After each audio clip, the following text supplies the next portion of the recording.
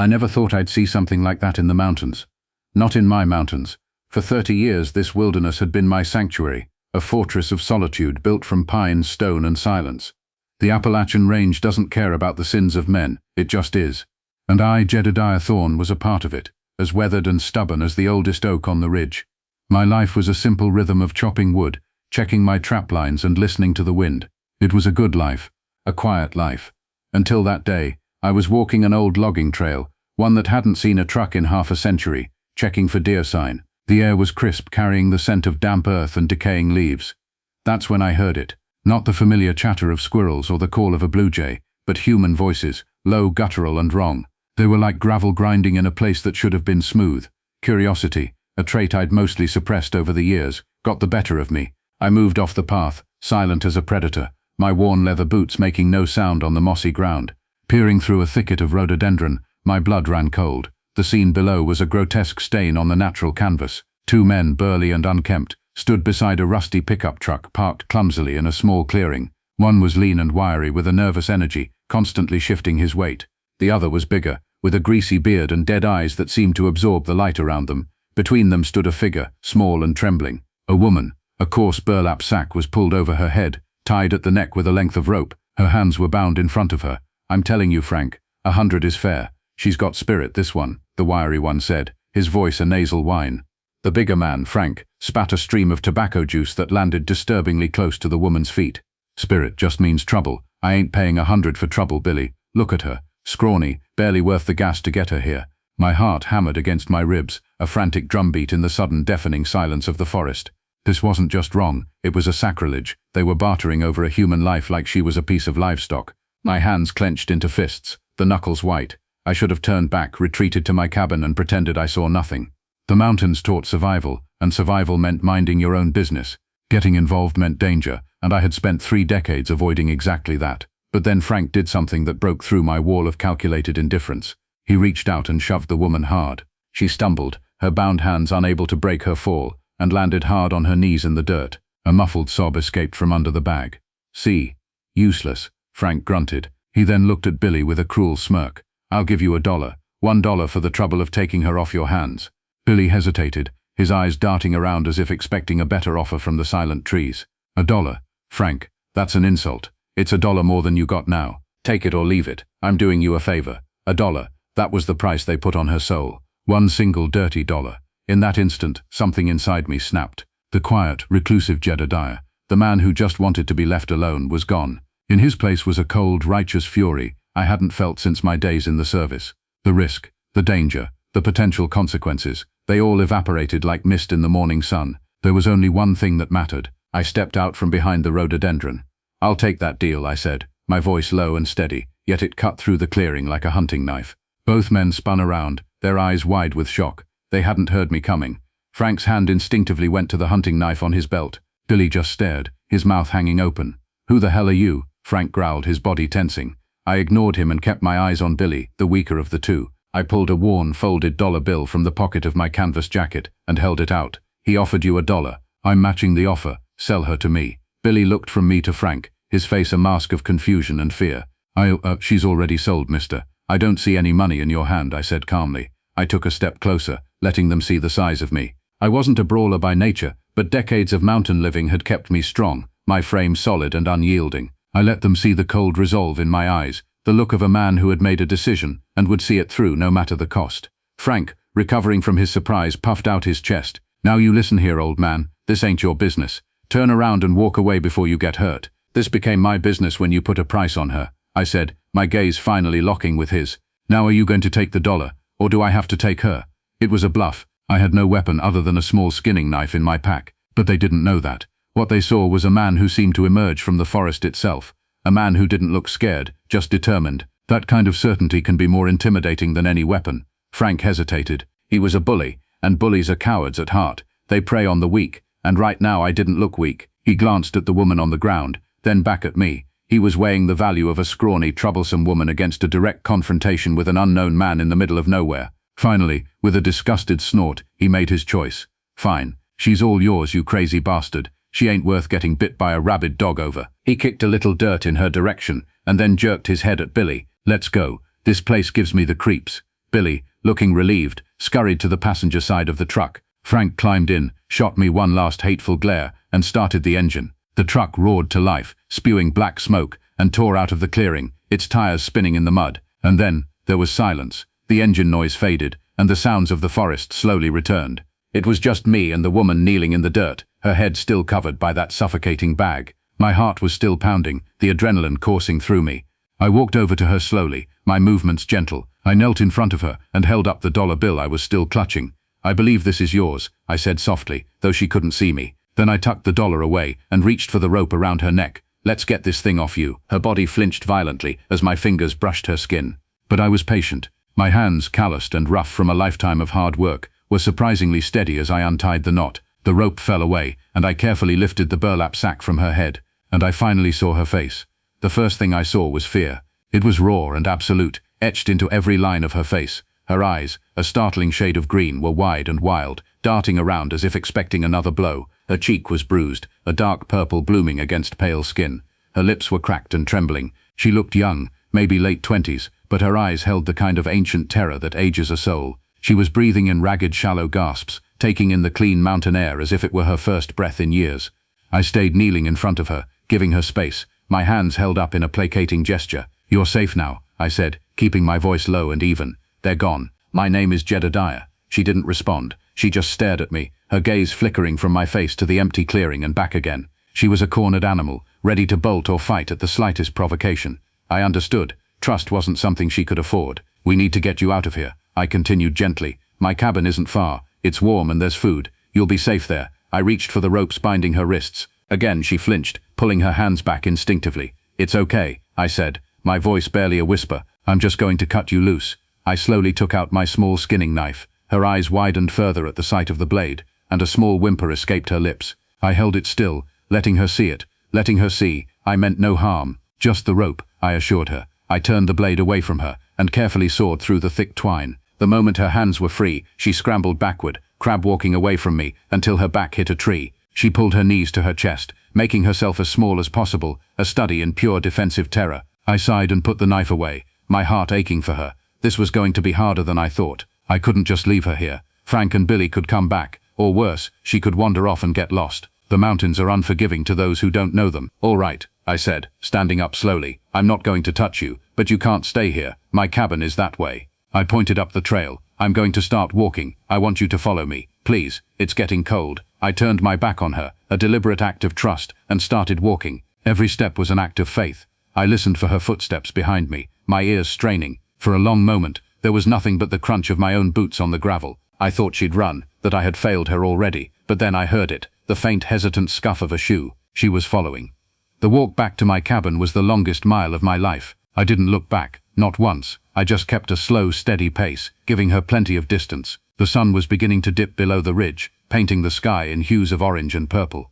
The temperature was dropping fast. By the time the familiar shape of my log cabin came into view, smoke curling lazily from the stone chimney, my breath was misting in the air. I pushed the heavy wooden door open and stepped inside, leaving it ajar for her. The single room was warm and smelled of wood smoke and coffee. A fire crackled in the hearth, casting a welcoming glow over the Spartan interior. A simple bed, a sturdy table, a couple of chairs and shelves lined with books and preserved goods. It was my world contained in 4 walls. She hesitated at the doorway, a silhouette against the fading light poised for flight. "Come on in," I said, moving over to the stove. "I'm making some soup. You should eat." She took a tentative step inside, then another, her eyes scanning every corner of the room. She looked like a deer that had wandered into a hunter's lodge, terrified but drawn by the warmth. She chose the chair farthest from me, by the fire, and sat on the very edge of it, still coiled tightly, ready to spring. I worked in silence, giving her the space she needed. I ladled a thick venison stew into a wooden bowl and placed it on the table, along with a glass of water and a piece of bread. "Here," I said, sliding the chair out for her. "Eat." She watched me for a long moment, her gaze unreadable. Then slowly, she moved from her chair to the table. She picked up the spoon with a trembling hand and took a hesitant sip of the soup. Her eyes closed for a fraction of a second, and a shudder ran through her body. It was the shudder of someone who hadn't known warmth or sustenance in a long time. She began to eat, not ravenously, but with a slow, desperate intensity. I sat in my own chair across the room, cleaning my knife, pretending to be busy but watching her from the corner of my eye. When she finished, she pushed the bowl away and wrapped her arms around herself. The silence stretched, filled only by the crackle of the fire. "What's your name?" I asked softly. She looked up, startled, as if she'd forgotten I was there. She opened her mouth, but no sound came out. She swallowed hard and tried again. "Eliza," she whispered. Her voice was hoarse, raspy from disuse or screaming. The name hung in the air, a fragile thing. It was the first piece of her she had offered, the first sign that there was a person inside the shell of fear. "It's good to meet you, Eliza," I said. She just nodded, her eyes dropping to her hands, which were clenched in her lap. The bruises on her wrists were dark and angry. I looked at the cut on her cheek, the exhaustion in her posture, and I knew her story was a dark and twisted one. Frank and Billy weren't just random thugs. This was organized. This was evil. "Those men," I started, choosing my words carefully. "Do you know them?" A violent tremor shook her. She nodded again, a tiny, jerky movement. They took me," she whispered, her voice cracking. "From a bus station, 2 weeks ago. They said nobody would miss me." The casual cruelty of it hit me like a physical blow. 2 weeks. For 2 weeks she had been in their hands, suffering unimaginable horrors. And for what? So they could sell her for a pittance in the middle of the woods. "Where are you from, Eliza?" "Boston," she breathed. "I was trying to get away from someone else. I thought I could disappear, start over." Her attempt to escape one nightmare had led her directly into another. The world I had so carefully shut out had come crashing into my life, bringing all its ugliness with it. I looked at this broken woman, this stranger I had bought for $1, and I felt a fierce protective instinct rise within me. They said nobody would miss her. They were wrong. I would miss her. "Well, you're here now," I said, my voice rougher than I intended. "They won't find you here. I'll keep you safe." For the first time she looked directly into my eyes, and I saw a flicker of something other than fear. It wasn't trust, not yet, but it was a question, a fragile seed of hope. And I knew, with a certainty that settled deep in my bones, that my quiet life was over. The mountain was no longer just my sanctuary. It was now hers, and I would defend it, and her, with everything I had. The next few days passed in a strange, quiet rhythm. Eliza remained mostly silent, a ghost haunting the corners of my cabin. She'd spend hours staring into the fire or out the small window that overlooked the valley, her expression distant, lost in a place I couldn't reach. I didn't push her. I gave her space. I gave her food, and I kept the fire burning bright. I moved a cot to the far side of the room for her, and at night I could hear her quiet, troubled breathing, sometimes punctuated by a muffled cry in her sleep. Healing, I knew, was a slow and delicate process, like coaxing a frightened bird to eat from your hand. Slowly, tentatively, she began to emerge. It started with small things. One morning I woke up to find she had already added wood to the fire. Another day she washed our bowls in the basin without being asked. They were tiny gestures, but they were a sign of life, of a person beginning to reclaim herself. We spoke little, but a comfortable silence grew between us, a shared understanding that didn't need words. I told her about the mountain, about the names of the birds and the best places to find wild berries. She listened, her green eyes losing some of their haunted look, replaced by a quiet curiosity. But peace in these mountains is a fragile thing. I knew Frank and Billy weren't the type to let a grudge go. They'd been humiliated, and men like that have long memories. Their greed might have been cheap, but their pride was expensive. About a week after I brought Eliza home, I found the first sign. I was checking a snare line near the eastern ridge when I saw it, a single fresh boot print in a patch of soft mud, not half a mile from my cabin. It wasn't my print. It was deep, made by a heavy man wearing a lug-soled boot. It was sloppy, careless. Frank's. A cold dread seeped into my gut. They were looking. They hadn't given up. I didn't tell Eliza. I didn't want to see that look of terror return to her eyes. Instead, I became more vigilant. I started carrying my late father's rifle with me whenever I left the cabin. I spent hours circling my territory, not hunting for game, but for men. I looked for broken twigs, displaced stones, any sign that they were closing in. The mountain, my sanctuary, now felt like a cage, its vastness shrinking with every passing day. A few days later, my worst fears were confirmed. I'd set up a simple warning system on the main trail leading to my cabin, a thin, almost invisible tripwire connected to a set of chimes I'd hidden in a dense pine tree. Around dusk, as a cold wind began to howl through the trees, I heard it, a faint metallic jingle quickly silenced. My heart leaped into my throat. I grabbed the rifle, checked the load and peered out the window. Down the trail, I could just make out 2 figures moving stealthily through the twilight. Frank and Billy. They were armed, carrying rifles of their own. I turned to Eliza. She was standing by the hearth, her face pale, her eyes wide with dawning horror. She had heard the chimes too, the fragile peace we had built shattered into a million pieces. The fear was back, stark and overwhelming. "Get in the root cellar," I said, my voice a low, urgent command.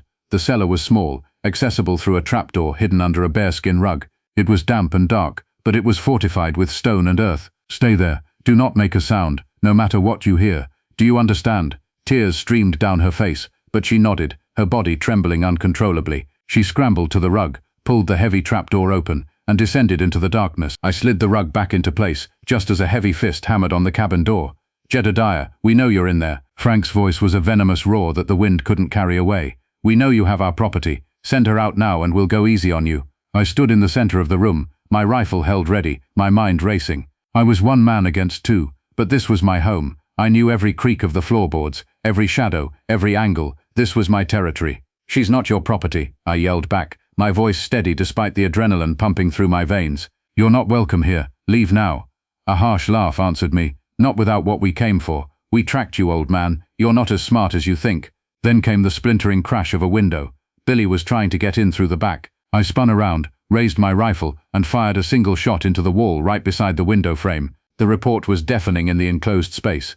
A yelp of pain and surprise from outside told me I'd made my point. "The next one won't miss," I shouted. Another crash came from the front, as Frank threw his shoulder against the door. The old wood groaned, the latch straining. It wouldn't hold for long. I was trapped between them. My mind raced, searching for a way out. My eyes fell on the fireplace, the flames dancing wildly. An idea desperate and dangerous took root. I grabbed the can of kerosene I used for my lamps. As Frank slammed against the door again, causing the frame to splinter, I ran to the hearth, unhooked the heavy iron poker, and plunged it into the glowing embers until the tip was white hot. The door burst open with a final violent crack. Frank stood there, a silhouette against the dying light, his rifle raised. "It's over, old man," he snarled. At that exact moment I moved. I pulled the poker from the fire and flung the can of kerosene at his feet. The can burst, splashing the flammable liquid all over the doorway and Frank's boots. Before he could even register what had happened, I lunged forward and touched the white-hot tip of the poker to the kerosene-soaked floor. Whoosh! The world erupted in a wall of fire. The flames shot up with a hungry roar, engulfing the doorway.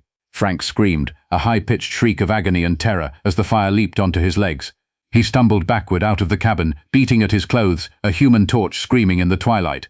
I heard Billy shouting his brother's name from the back of the cabin, his attack forgotten. I used the precious seconds they were distracted to reload my rifle. The front of my cabin was an inferno, but it had worked. I had turned their attack back on them. The immediate threat was neutralized, but I knew it wasn't over. They would be back, and they would be filled with a vengeful fury. The fire was burning itself out, but the smoke filled the room. Coughing, I stumbled to the trapdoor and threw the rug aside. "Eliza, it's clear for now. Come out." The door creaked open, and she emerged, her face smudged with soot and tears, her eyes wide with a mixture of terror and awe. She stared at the smoldering remains of the doorway, at the chaos, then at me. I stood there, rifle in hand, my face grim, surrounded by the acrid smoke of my desperate defense. She looked at me, not as a victim looking at a savior, but as something else. She saw a man who had been willing to set his own home on fire to protect her. In the flickering, destructive light of the flames I had created, a new bond was forged between us, a bond of shared survival, sealed in smoke and fire under the hunter's moon. We had survived the night, but we both knew the war was just beginning. The fire in the doorway smoldered out, leaving a charred black wound in the front of my cabin. The smell of burnt wood and kerosene hung heavy in the air, a constant reminder of how close we had come to disaster. Outside, the night was silent again. Frank's screams had faded, replaced by the frantic sounds of Billy dragging him away through the underbrush. They were gone for now, but they were wounded, enraged. They would be back, and not just with rifles. Men like that belonged to a larger, fouler ecosystem. They would bring others. I bolted the broken door as best I could and sank into a chair, the rifle resting across my lap. The adrenaline was fading, leaving behind a deep, bone-weary exhaustion. Eliza brought me a damp cloth for my face. Her hands were steady now. The terror in her eyes had been replaced by a hard, steely resolve I hadn't seen before. The fire had burned something away in her too. "We can't stay here," she said, her voice quiet but firm. It wasn't a question. I nodded, looking around at the cabin that had been my entire world for 30 years. It was no longer a fortress. It was a target.